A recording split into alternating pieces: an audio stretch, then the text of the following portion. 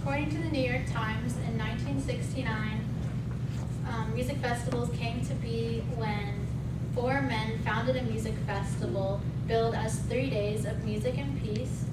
This was held in a dairy farm in Bethel, New York, and over 500,000 people attended this event.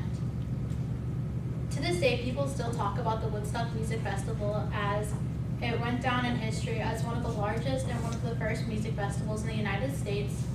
Since Woodstock, we've been able to experience concerts and music at a whole new level. And one of the biggest music festivals we have today that is much like Woodstock is Austin City Limits Music Festival. So I'd like to take this moment to introduce myself. My name is Rachel Davari, and I am the representative for Austin City Limits. Austin City Limits, also known as ACL, is an annual 3-day-long concert held here in Austin, Texas at the city's public park, Zilker Park. Today I'd like to discuss the history of Austin City Limits and its origin, as well as the genre and this year's lineup of the bands who'll be performing. And finally, I'd like to conclude my presentation with a comparison of Austin City Limits to Fun Fun Fun Fest, which is another festival here in Austin, also known as FFF. To start with the history and origin of Austin City Limits, Austin City Limits was inspired by a television program on PBS. It's always been broadcasted here live from Austin, Texas. It used to be filmed at the University of Texas in Austin in their communications department up until 2010 when they moved it to a bigger theater. So, according to universityoftexas.edu, this show is what helped ACL or Austin become the live music capital of the world.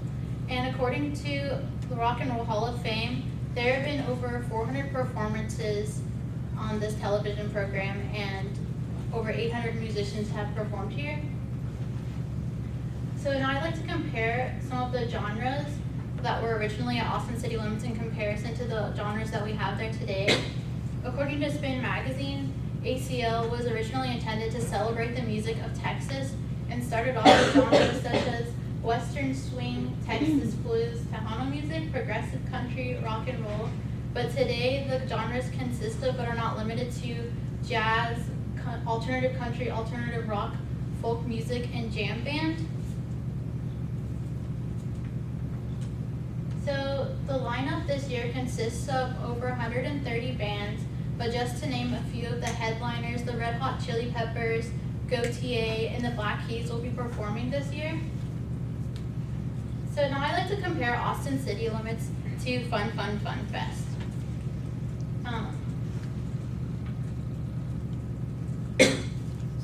Fun Fun Fun Fest has only been around since 2006, and ACL has been around since 2002, not to mention the fact that it's had its television program for over 40 years, so it has a lot of experience in the music industry.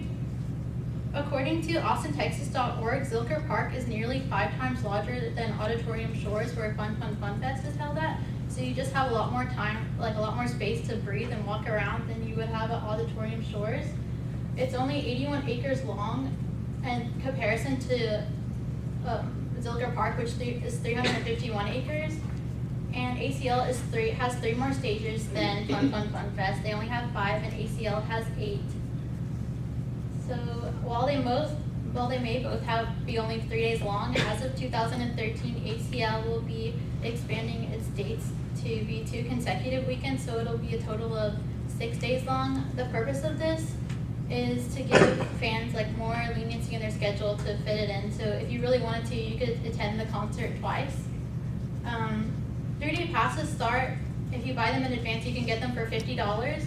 And they increase, and you can still get an early bird pass for $200. The regular 3-day pass is $225. And Fun Fest 3-day passes range from $140 to $175. And while these may be cheaper than ACL is still better because it has a better history and reputation. It is notoriously one of the biggest music festivals across the nation. Therefore, it is higher up in the market, so you're definitely getting your money's worth. To conclude my presentation, as I mentioned earlier, ACL has the history from PBS, and the festival includes performances from various bands of several different genres. ACL is better than FFF because of its reputation, its origin, and its size. So at this time, I'd like to thank you all for joining me here today, and I'd like to offer you guys a deal where you can buy tickets in advance today for only $50, and you would be saving $175 because the regular 3-day passes cost $225. So I'd like to pass some forms around now so that you can claim your savings and be a part of one of the funnest and biggest festivals across the United States. Thank you again. Does anyone have any questions?